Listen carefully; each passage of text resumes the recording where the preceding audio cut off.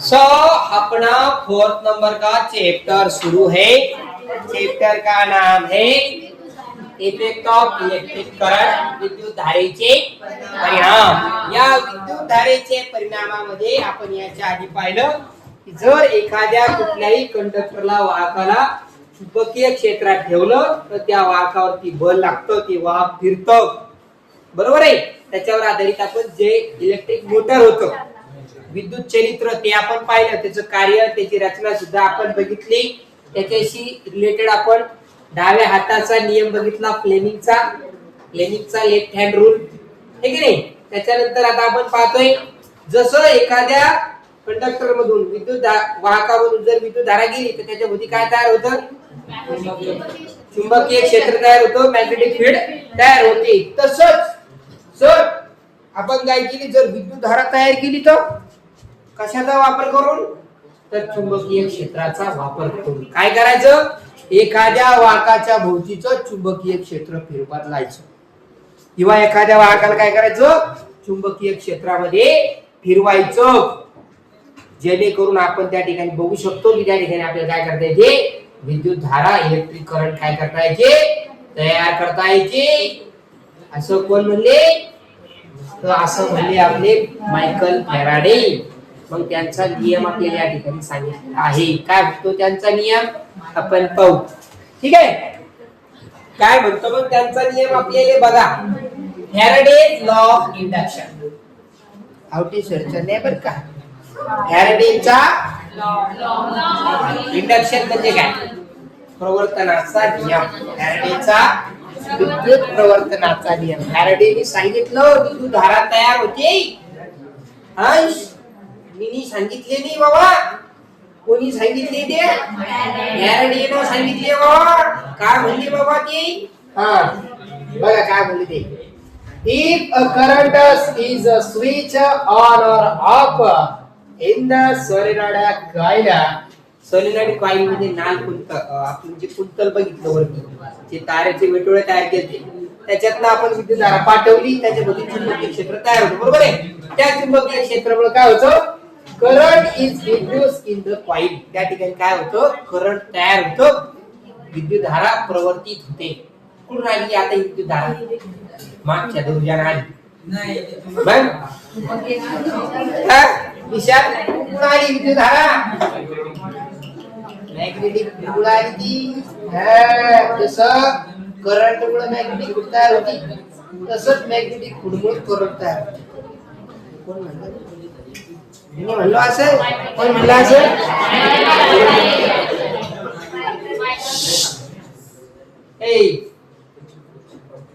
Magnetic field मुळे current तयार होतं। आता मी म्हणले नाही, हे म्हणले, काय म्हणले पुढे पहा, such as induction is also observed when the current in the solenoid coil is increased or decreased. Oh, solenoid coil मधलं करंट वाढवलं कमी केलं तेव्हा सुद्धा त्या ठिकाणी काय होतं, विद्युत धारा तयार होते। तिकडे करंट वाढवलं, इकडे विद्युत धारा तयार झाली। नवीनच प्रकार आहे हा, काही तसं काही नाहीये। काय केलेलं आपण त्या ठिकाणी वरती आपल्याला सांगितलं याच्या बाबतीमध्ये, ह्याच्या आपण डायग्राम बघितल्या का, याच्यामध्ये काय केलं पहिल्या याच्यामध्ये आपण, एक मिनिट, पहिल्या याच्यात काय केलं, करंट चालू किंवा बंद केलं।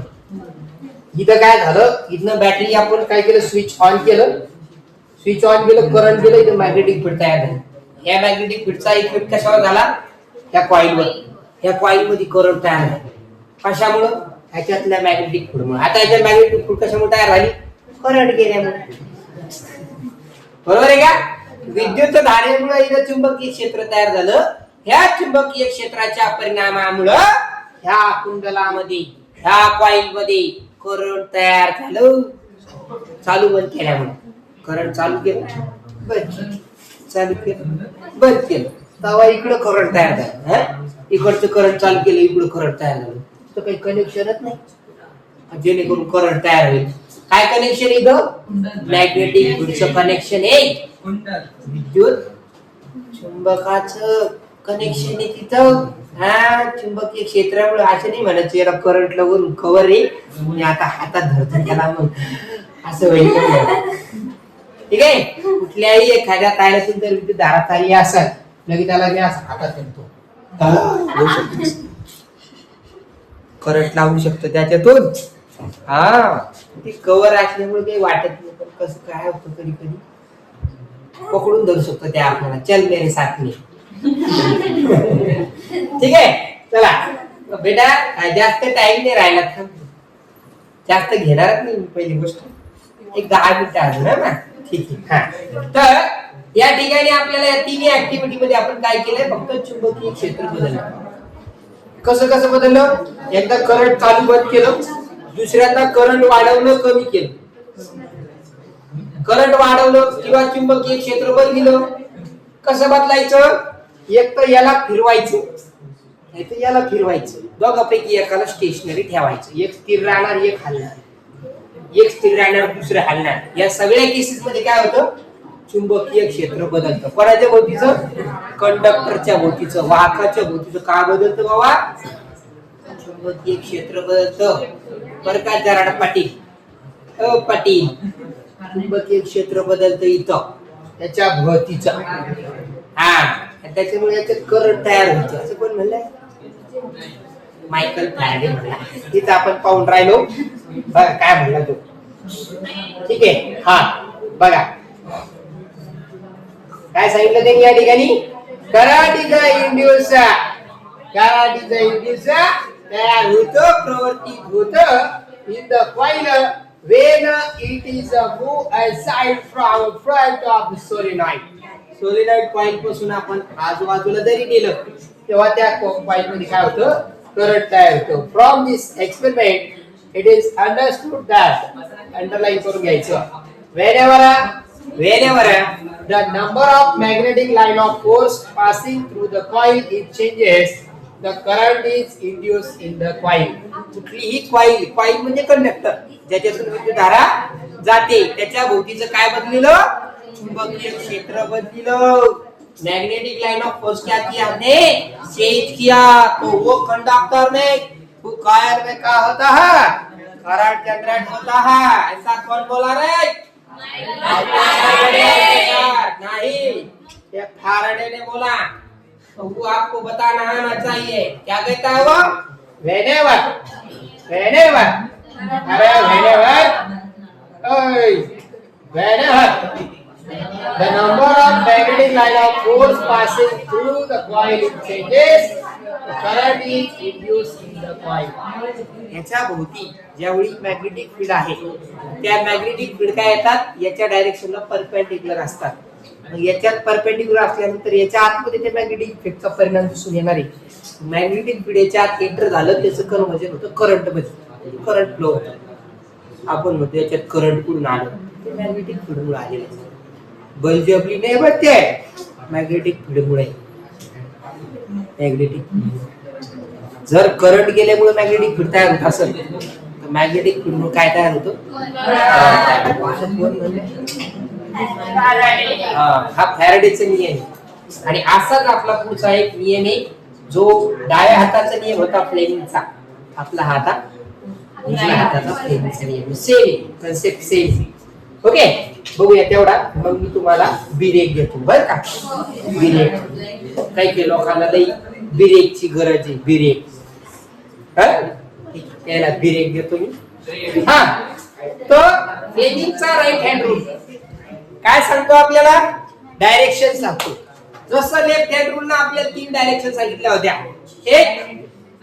एक इंडेक्स फिंगर कशाची डायरेक्शन सांगतो मॅग्नेटिक लाईनची चुंबकीय क्षेत्राची. बरोबर चुंबकीय क्षेत्राची दिशा. इंडेक्स फिंगर म्हणजे तर्जनी काय करतो चुंबकीय क्षेत्राची दिशा दाखवतो. विद्युत धारेची दिशा कोण दाखवतो बाबा कोण दाखवतो. अंगठा काय करतो विद्युत वाहकावरील बलाची दिशा the direction of the force on the conductor. एखाद्या कंडक्टर वरती जे फोर्स लागतं कधी जेव्हा करंट आणि मॅग्नेटिक फील्ड हे दोघं जण परपेंडिक्युलर असले त्या दोघाला परपेंडिक्युलर मध्ये काय होत असतं थंबच्या डायरेक्शन मध्ये फोर्स अप्लाय होत असतं. हा कोणता नियम झाला? फ्लेमिंगचा नियम झाला. फ्लेमिंगचा डाव्या हाताचा नियम झाला. असाच उजव्या हाताचा नियम. डाव्या हातामध्ये करंट होत, वापरलं होत, आणि उजव्या हातामध्ये करंट तयार झाला. उजव्या हाताचा नियम आहे ना फ्लेमिंगचा, आवटे सरचा नाही तो. ते शाळेत खैरे बाबाचा आहे का? नाही, ते शाळेत कोण आहे ते? सलमान भाई, सुलेमान भाई, सुलेमान भाई शांत भाई. ते सुलेमान भाई त्यांच्या शाळेत शिकायला. पण सांगायचं काय मला तुम्हाला की इथं विद्युत धारा तयार होतीये, तिकडे विद्युत धारा असते, उपयोगात येत असते. ठीक आहे. इथं पण आपण काय केलं? राईट हँडचे 3 फिंगर एकमेकाला परपेंडिक्युलर पकडले, आणि ते परपेंडिक्युलर पकडले असताना काय झालंय की इंडेक्स फिंगर म्हणजे तर्जनी कशाची दिशा दाखवली बाबा? मॅग्नेटिक लाईन ऑफ फोर्सची. सेम आहे, दोघं सेम आहे. तिकडं बी मॅग्नेटिक लाईन ऑफ फोर्स आहे, इकडं पण आहे. ठीक आहे. त्याच्यानंतर अंक काय करतो?